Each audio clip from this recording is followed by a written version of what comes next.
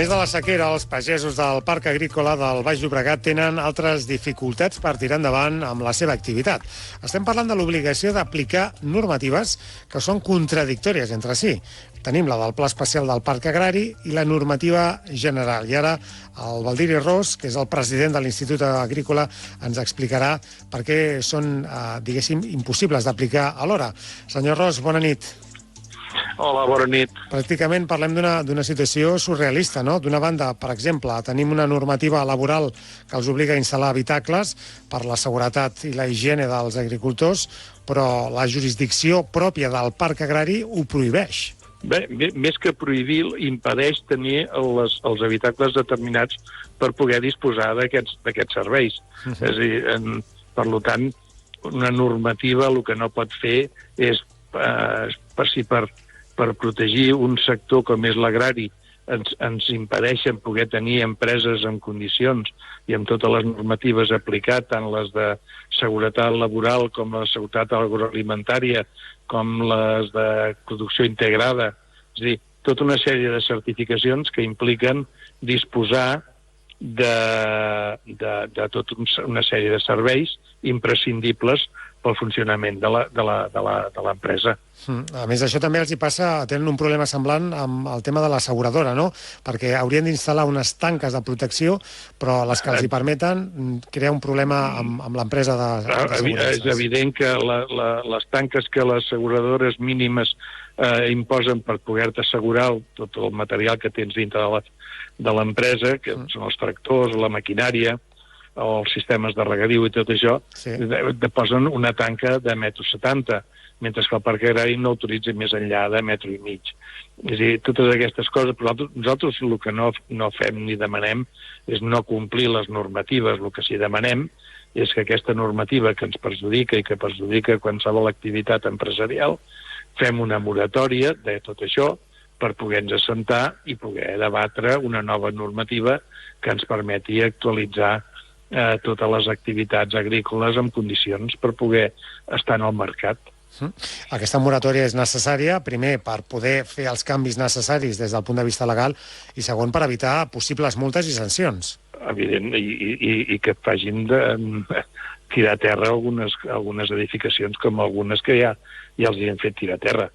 Per tant, el que hem de procurar és deixar tranquil·litzar la situació dels empresaris agraris, no generar-los inseguretat i llavors fer aquest treball que d'alguna manera amb l'àrea metropolitana nosaltres ja hem començat a enviar-li aquelles coses que impedien una normal activitat empresarial agrària. Això ja els hi hem comunicat i també els hi hem comunicat allò que creiem que s'hauria de modificar o rectificar per poder treballar.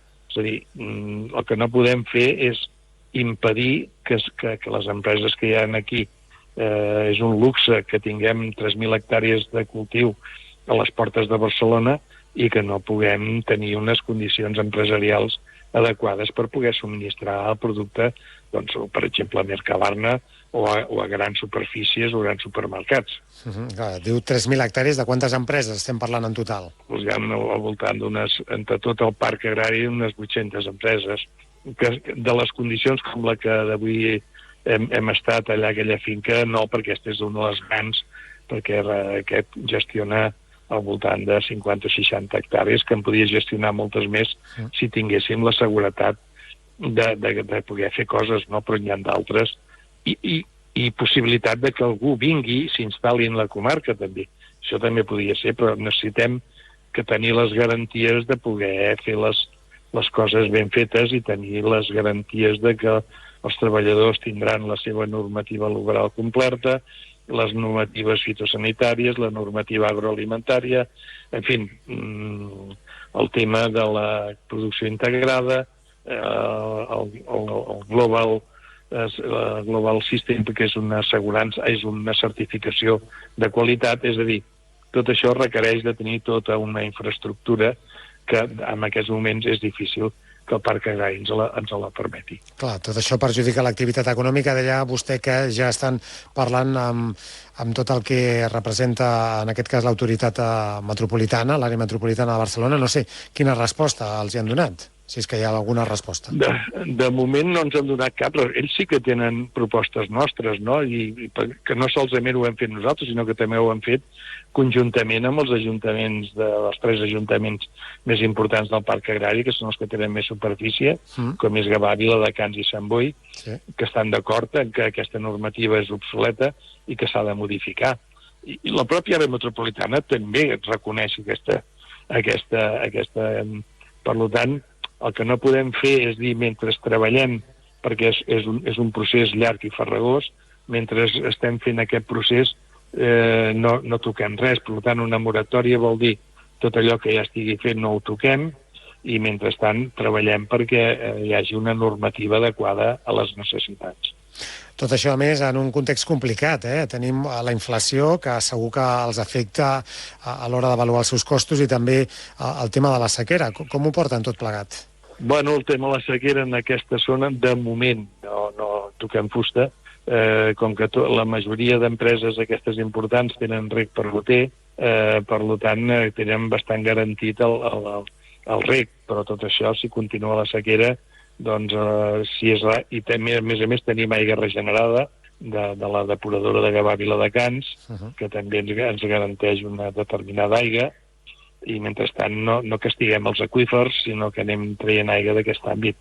En principi, i de moment, no es poden fer grans tonteries amb l'aigua, però fins a aquest moment, avui per avui, encara tenim garantida el poder regar en la majoria de casos. Baldiri Ros, president de l'Institut Agrícola, gràcies per estar aquí amb nosaltres a la Brúixola. Bona nit. I gràcies a vosaltres per trucar-nos. Molt bones gràcies i bona nit.